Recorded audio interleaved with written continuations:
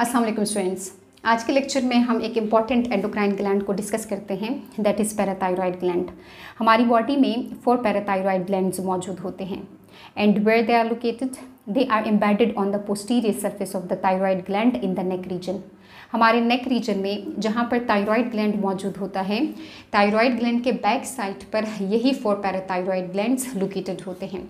अब हम इनके स्ट्रक्चर को डिस्कस करते हैं। Each parathyroid gland is Oval shaped. अगर हम इसको डायग्रामेटिकली ऑब्जर्व करें तो ये हमारे पास एक बटरफ्लाई शेप्ड जैसा या अल्फ़ाबेट एच के शेप जैसा एक ग्लैंड है जिसको हम कहते हैं थायरॉयड ग्लैंड। इसी थायरॉयड ग्लैंड के अंदर ये ओवल शेप्ड 4 पैराथायरॉयड ग्लैंड्स मौजूद होते हैं। स्मॉल ग्लैंड है about the size of rice grain, चावल के दाने जितना ईच इंडिविजुअल पैराथायरॉयड ग्लैंड का साइज होता है एंड लाइट कलर लम्प्स होते हैं। ये इनका कलर होता है येलोइश ब्राउन।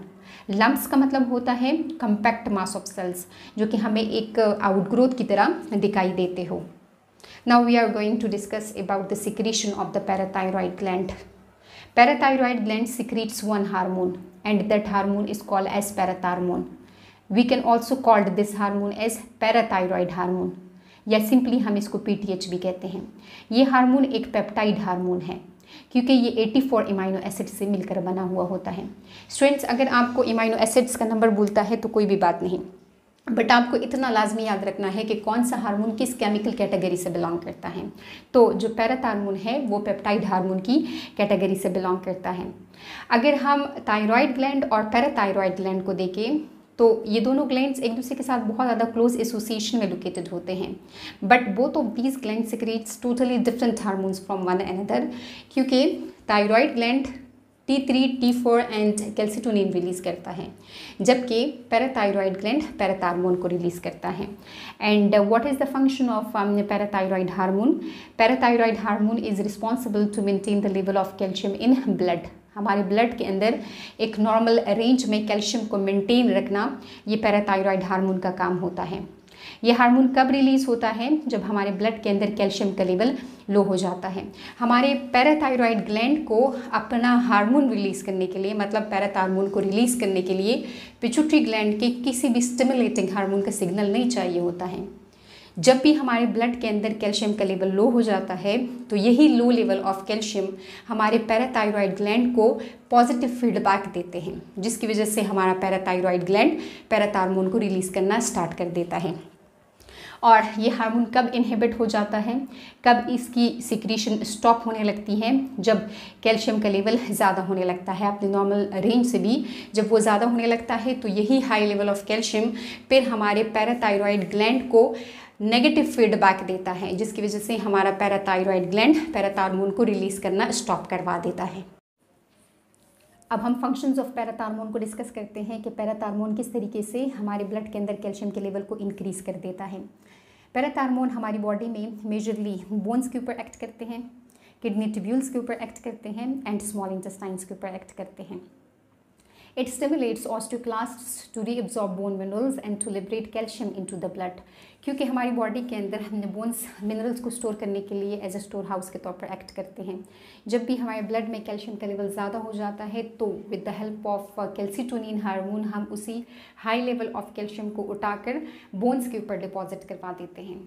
और फिर जब बाद में कहीं जाकर हमें कैल्शियम की दोबारा से ज़रूरत पड़ती है तो हम वापस बोन्स के पास चले जाते हैं और जो हमने स्टोर रखा हुआ होता है कैल्शियम का तो हम वो वापस लेकर अपने ब्लड में ऐड कर देते हैं। तो इस तरीके से हमारे ब्लड में कैल्शियम का लेवल बढ़ जाता है।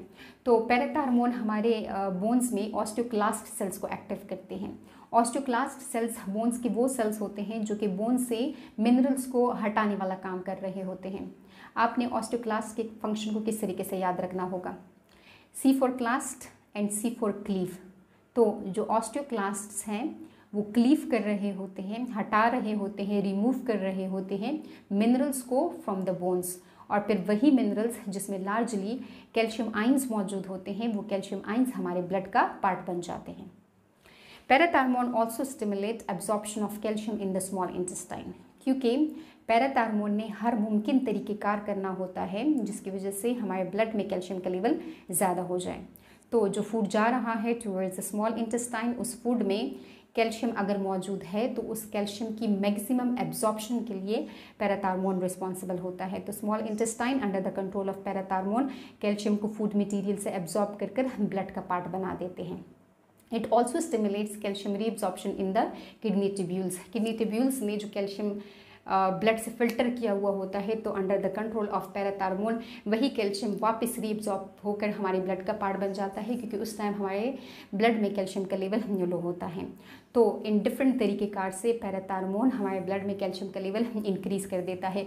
बोन्स के पास भी जो हमने स्टोर रखे हुए होते हैं वो स्टोर हम वापस उठाकर ब्लड में ऐड कर देते हैं, वो मिनरल्स वापस हमारे ब्लड में ऐड हो जाते हैं, तो कैल्शियम का लेवल हमारे ब्लड में बढ़ने लगता है। इसके अलावा जो किडनी में ब्लड से मटेरियल्स फिल्टर किए हुए होते हैं, उन मटेरियल से कैल्शियम की मैक्सिमम रीअब्जॉर्प्शन के लिए भी पैराथार्मोन हमारे किडनी ट्यूब्यूल्स के ऊपर एक्ट कर वो जो कैल्शियम है वो हमारे ब्लड का पार्ट बना देते हैं। और स्मॉल इंटेस्टाइन्स की तरफ जो फूड मटीरियल जा रहा है, उस फूड मटीरियल से कैल्शियम को एब्जॉर्ब करवाने के लिए भी पैराथार्मोन रिस्पॉन्सिबल होता है। तो जो हमारे ब्लड है उसमें कैल्शियम का level under the control of parathormone increase हो जाता है, नॉर्मल रेंज तक पहुंच जाता है।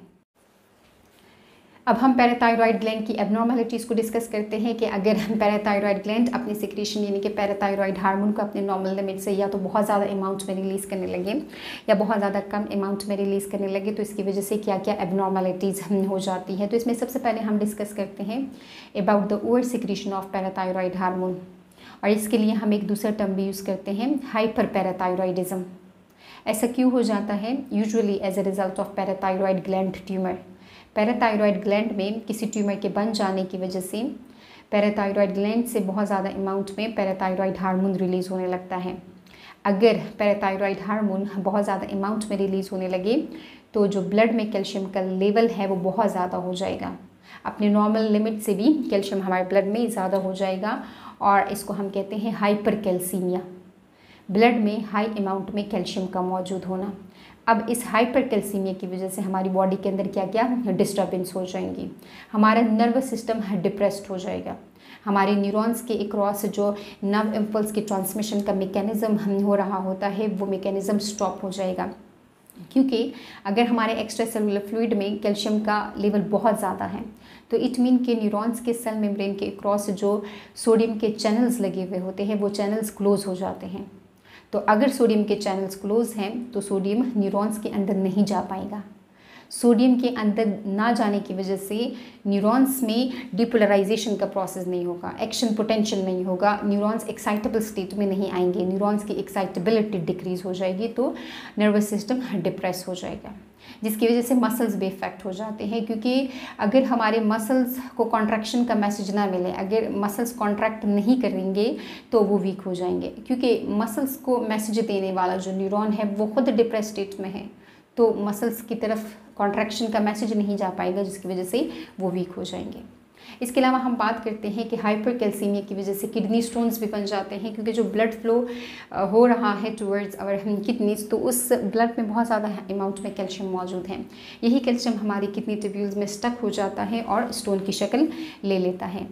अगर हाइपर पैराथायरॉयडिज्म है तो उसकी वजह से हमारे बोन्स में जो ऑस्टियोक्लास्ट सेल्स है तो वो भी बहुत ज़्यादा एक्टिव रहते हैं, जिसकी वजह से वो कंटिन्यूअसली बोन से मिनरल्स हटा रहे होते हैं और हमारे बोन्स को वीक बना रहे होते हैं। हमारे बोन्स में इजीली फ्रैक्चर होने का चांस होता है ड्यू टू हाइपर पैराथायरॉयडिज्म। अब हम डिस्कस करते हैं अबाउट द अंडर सिक्रीशन या hyposecretion of parathyroid hormone, hypoparathyroidism. Hypoparathyroidism की वजह से हाइपोकैल्सीमिया हो जाएगा। अगर हमारे एक्स्ट्रा सेलुलर फ्लूइड में कैल्शियम का लेवल डिक्रीज़ है तो सोडियम के चैनल्स के साथ क्या होगा, जो न्यूरॉन्स के सेल मेम्ब्रेन के क्रॉस सोडियम के चैनल्स लगे हुए हैं तो क्या वो चैनल्स क्लोज होंगे या वो ओपन रहेंगे? ऑब्वियसली वो ओपन रहेंगे, हर टाइम ओपन रहेंगे, हर टाइम न्यूरॉन्स के अक्रॉस सोडियम जाता रहेगा, चाहे न्यूरॉन्स को कोई मैसेज मिले या ना मिले, सोडियम के कंटिन्यूसली अंदर जाने की वजह से डिपोलराइजेशन होती रहेगी, एक्शन पोटेंशियल होता रहेगा और न्यूरॉन्स एक्साइटेबल स्टेट में रहेंगे। न्यूरॉन्स की एक्साइटेशन इंक्रीज़ हो जाएगी और जो हमारे मसल्स हैं उनकी तरफ कंटिन्यूसली कंट्रैक्शन का मैसेज जाता रहेगा, जिसकी वजह से टेटनी हो जाएगी। Muscles remain in the contracted state, क्योंकि उनकी तरफ जो मैसेज लेकर आने वाला न्यूरॉन है वो बहुत ज़्यादा एक्साइटेबल स्टेट में है, इसलिए जो मसल्स है तो वो भी इफेक्ट हो जाएंगे, वो भी कंट्रैक्टेड स्टेट में आ जाएंगे, चाहे उन्होंने कंट्रैक्शन करनी हो या ना करनी हो, बट अब वो कंट्रैक्टेड स्टेट ही में रहेंगे। मैं आपके लिए दोबारा से ये रिपीट कर देती हूँ, अगर हमारे एक्स्ट्रा सेलुलर फ्लूइड में कैल्शियम का लेवल लो है तो ये इंक्रीज़ कर देंगे the permeability of neurons to sodium. Sodium बहुत हाई अमाउंट में न्यूरॉन्स के अंदर जाएगा, चाहे न्यूरॉन को मैसेज मिले या ना मिले, causing progressive depolarization of neurons which increases the action potential। Depolarisation होने की वजह से एक्शन पोटेंशियल डेवलप हो जाएगा और न्यूरॉन्स एक्साइटेबल स्टेट में आ जाएंगे। तो आज के लेक्चर में हमने डिस्कस किया अबाउट द पैराथायरॉयड ग्लैंड। हमने कहा कि पैराथायरॉयड ग्लैंड से एक हार्मोन रिलीज होता है जिसको हम कहते हैं पैराथायरॉयड हार्मोन या पैराथायरमोन भी हम कहते हैं, सिंपल फॉर्म में हम इसको PTH भी कहते हैं। हमारे ब्लड में कैल्शियम के लेवल को मेनटेन रखता है और ये तब रिलीज़ होता है जब हमारे ब्लड में कैल्शियम का लेवल डिक्रीज़ होता है। उस डिक्रीज़ लेवल को इंक्रीज़ करना ये पैराथायरॉयड हार्मोन का काम होता है। और अगर आपसे ऑब्जेक्टिव्स में पूछा जाए कि ये जो पैराथायरॉयड हार्मोन है वो किस हार्मोन के एंटागोनिस्टिकली काम कर रहा होता है, तो आपका आंसर होना चाहिए कैल्सिटोनिन। कैल्सिटोनिन और पैराथायरॉयड हार्मोन दोनों मिलकर हमारे ब्लड में एक नैरो रेंज के अंदर, एक नॉर्मल लिमिट के अंदर कैल्शियम के लेवल को मेंटेन रखने के लिए रिस्पॉन्सिबल होते हैं। जब कैल्शियम का लेवल डिक्रीज़ हो जाएगा तो उसको इंक्रीज़ करने के लिए पैराथायरमोन रिस्पॉन्सिबल होगा, और अगर कैल्शियम का लेवल अपने नॉर्मल लिमिट से इंक्रीज़ हो गया है तो उस इंक्रीज़ लेवल को डिक्रीज़ करने के लिए कैल्सिटोनिन रिस्पॉन्सिबल होता है।